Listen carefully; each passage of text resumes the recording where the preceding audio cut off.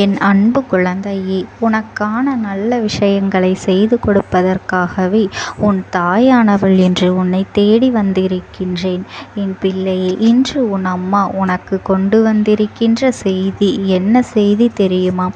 இதை கேட்டால் நீ மிகவும் மனமகிழ்ச்சி அடைவாய். என் பிள்ளைக்கு இதைவிட சந்தோஷம் வேறு எதுவும் இருந்து விடாது என்று இந்த தாயானவள் எனக்கு நன்றாக தெரிகின்றது. என் தங்கமே, யார் தடுத்தாலும் இந்த ஒரு விஷயத்தை உன் அம்மாவால் செய்யாமல் இருக்கவே முடியாது. என் குழந்தையே, எந்த ஒரு மிகப்பெரிய குழப்பத்தில் இருந்து நீ இன்று விடுவிக்கப் போகின்றாய். உன்னை இந்த குழப்பத்தில் இருந்து மீட்டெடுத்து நல்ல வழியை காண்பித்து கொடுப்பதற்காக உன் அம்மா இன்று உன்னை தேடி வந்திருக்கின்றேன். என் பிள்ளையே, குழப்பங்கள் ஏற்படுவது சகஜம்தான். ஆனால் குழப்பம் மட்டுமே வாழ்க்கையாக இருப்பதுதான் தவறு. உனக்கு இப்பொழுது ஏற்பட்டிருக்கின்ற இந்த குழப்பத்திற்கு நிச்சயமாக நல்ல தீர்வு ஒன்று உனக்கு தந்துவிட வேண்டும். இல்லை என்றால் நீ இப்படியே குழம்பிக்கொண்டு இந்த வாழ்க்கையில் உனக்கான விஷயங்களை பெறாமல் நீ சென்று கொண்டே விடுவாய். என் பிள்ளையே, இந்த நாளில் உனக்கான நல்ல விஷயங்கள் எல்லாம் உனக்கு நடந்து கொண்டிருக்கின்ற நேரத்தில் நீ ஏதாவது ஒரு விஷயத்தை மட்டும் கையில் பிடித்து கொண்டு குழப்பி தவித்து கொண்டிருப்பது நியாயம் கிடையாது. உன்னுடைய குழப்பத்திலிருந்து நீ வெளிவர வேண்டும். அதற்காகத்தானே இந்த அம்மா உன்னை தேடி வந்திருக்கின்றேன். இந்த அம்மாவினுடைய வாக்கினை கேட்டு முடிக்கும் பொழுதே உன்னுடைய குழப்பங்கள் எல்லாம் தீர்ந்துவிடும். உன் வாழ்க்கையில் உனக்கென்று வேண்டும் என்றே குழப்பத்தை ஏற்படுத்தக்கூடியவர்கள் உன்னை சுற்றி இருக்கின்றார்கள். இவர்களிடத்தில் என் பிள்ளை நீ நடந்து கொள்கின்ற விதம், இவர்கள் எவ்வளவுதான் தவறுகளை செய்தால் அதை என் பிள்ளை நீ பெரிதாக எடுத்து கொள்ளாமல் மீண்டும் மீண்டும் இவர்களிடமே நீ பழக்கத்தை வைத்து கொள்வதினால்தான் இந்த ஒரு காரியத்தை தொட்டாலும் கடைசியில் உனக்கு குழப்பங்கள் மட்டும்தான் மிஞ்சி கிடக்கின்றது. எந்த ஒரு செயலாக இருந்தாலுமே கடைசியில் என் பிள்ளை குழப்பத்தோடு தான் நின்று கொண்டிருக்கின்றாய். அதன் பிறகு யாரிடம் இருந்தாவது நமக்கு தீர்வு கிடைக்குமா? யாராவது இந்த குழப்பத்திற்கு நமக்கு பதில் தருவார்களா என்று என் பிள்ளை நீ எதிர்பார்க்கின்றாய்.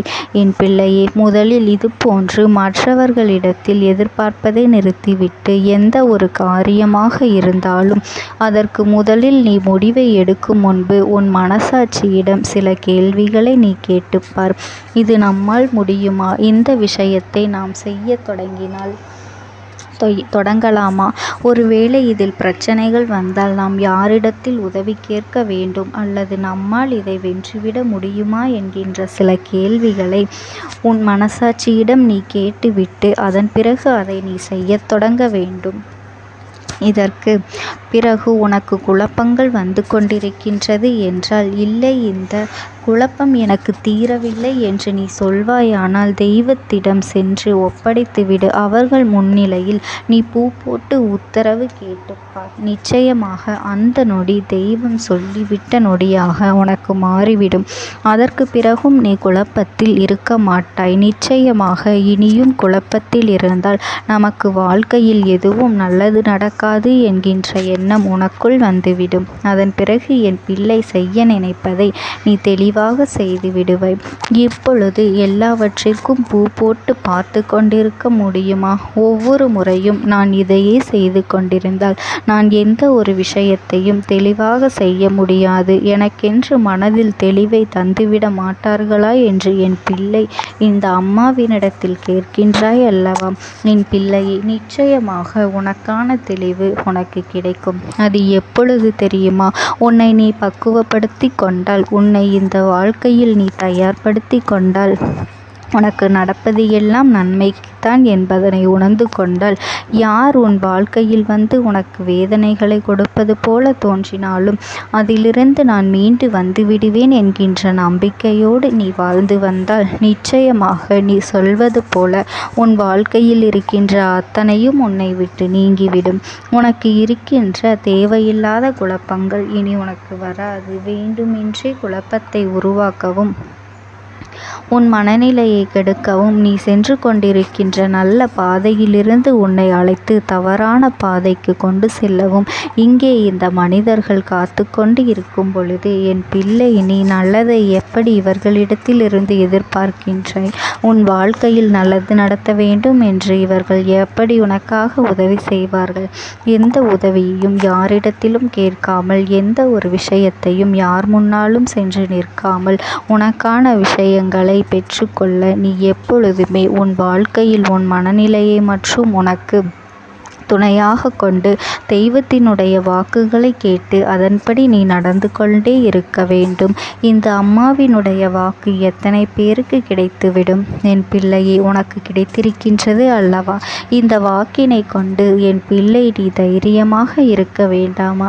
இந்த வாழ்க்கையில் எதை அடைய வேண்டும் என்று நினைக்கின்றாயோ அதை நோக்கி நீ துணிச்சலோடு பயணம் செய்ய வேண்டாமா?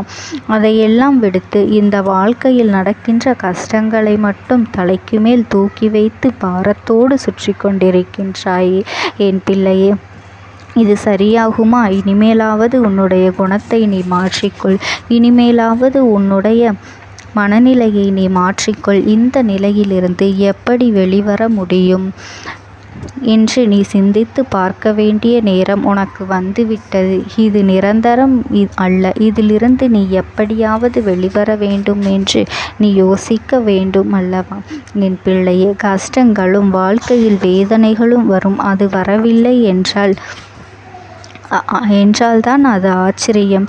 எல்லாவற்றிற்கும் மேலாக இதையெல்லாம் உன்னால் கடந்து வர முடியும். உனக்குள் அந்த திறமை இருக்கின்றது.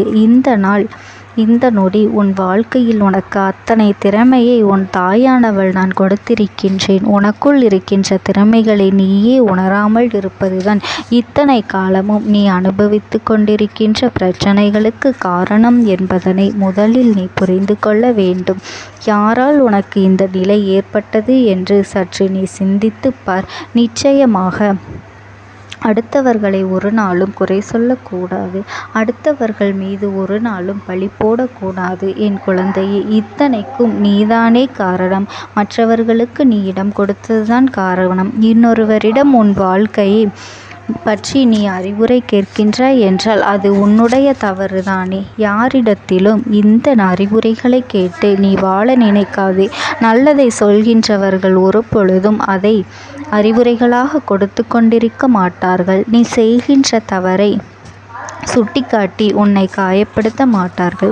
என்ன தேவை என்பதனை உனக்கு முடித்து கொடுத்துவிட்ட பிறகுதான் உன்னிடத்தில் பேசுவார்கள். இதையெல்லாம் முதலில் நீ புரிந்து கொள்ள வேண்டும் என் தங்கமே. இப்படி நீ உன் வாழ்க்கையை மட்டும் வாழ்ந்தேயானால் இந்த தாயானவளினுடைய அன்பும் ஆசீர்வாதங்களும் என் பிள்ளைக்கு என்றென்றைக்குமே முழுமையாக கிடைத்து கொண்டே இருக்கும். ஓம் சக்தி. ஓம் ஆதிபரா சக்தி.